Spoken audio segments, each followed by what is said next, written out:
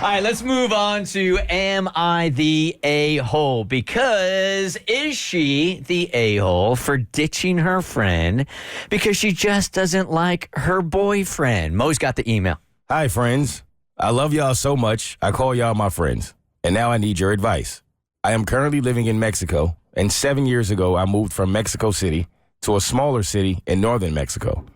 I was super lucky to find a group of mommy friends that were accepting and cool of me and my neurodivergent son. Neurodivergent son? Yeah. Like, so you have neurotypical and neurodivergent, ADHD or Okay. autism, something like that. Gotcha. One of the friends in this group started dating a guy, and she introduced her daughter to him almost immediately. I personally wouldn't, but that is not my business. Less than a year into their relationship, I want to say 8 months, they moved in together. Here's where my problem starts. She moved out of the house she shared with her partner 4 months later. At a gathering we had, she was telling us why and started bawling because she said he told her he doesn't really feel comfortable with her daughter and basically he doesn't like her. She didn't say why, but she would lose sleep thinking he would kick her out of the house because of how her daughter acts. To be fair, her daughter does have behavioral issues due to the fact that she has experienced a tremendous amount of loss in her short life. Now, I want to unfriend her because she got back with this dude. He was clearly expressed he doesn't like her daughter. And I know the little girl knows he doesn't like her. I cannot get over how this will affect this little girl, and now I cannot stand the guy. Also, everything my friend does is starting to annoy me.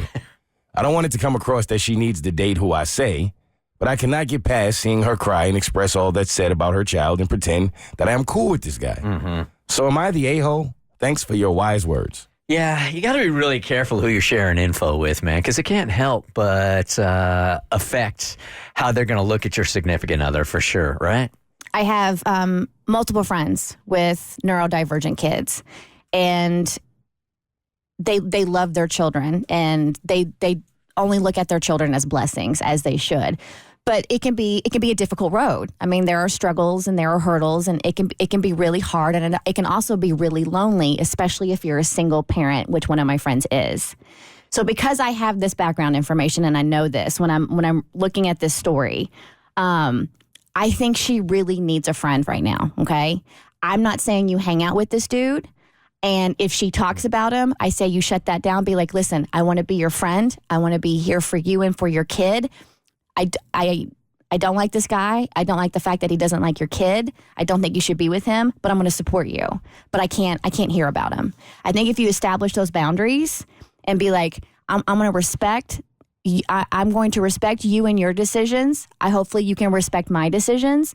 But I don't want to abandon you in your hour of need. That's what it feels like to me. How about y'all?